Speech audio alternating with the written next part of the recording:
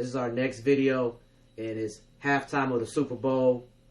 Coldplay, Beyonce, and Bruno Mars just slayed it. But I got to give you just a few seconds, a few minutes of motivation.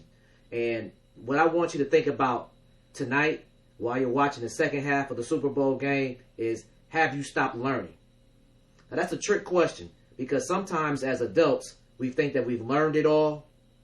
Or sometimes as a student, I studied, I took this test, and now I'm done. And you know what?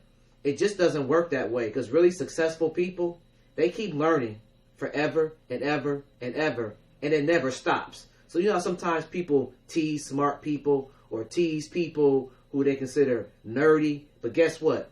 The nerdy, the smart people, the people who love learning, they are the ones that's most successful in life. Now, let's start with the people who stop at a certain point. I've learned it all. You can't tell me nothing. I got this nice job. I got some kids. I'm an adult. I got this certain GPA. You can't tell me nothing. But here's the problem. Life always changes. And from my experience, once you figure things out, either the rules change or the people change. And there are a lot of smart people that end up with nothing because they stop learning. You got to keep your mind cultivated. You got to keep your mind stimulated. So I advise you, all of you, to pick up a book and read it tonight. Read for 20 minutes before you go to bed. Or make a list. Write down some things you want to know a little bit more about and research it. We have all this information in the palm of our hands. Internet, smartphones, social media. There's no reason why you can't expand your mind, your base up here.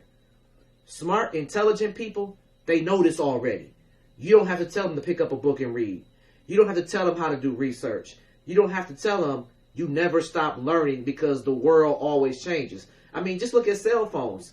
10 years ago, it was the big, 12 years ago, it was the big cell phones with the antennas. And if you broke the antenna, the phones wouldn't work right. And then they got smaller and smaller and smaller. And now we can't live without our phones. We got email, we got text, we got videos, we got pictures, we got clocks, alarm clocks, apps.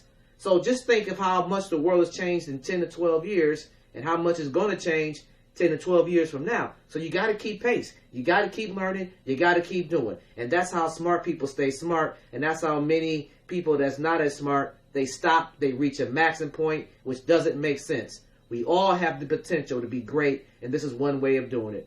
This is Eugene P., and I'm out.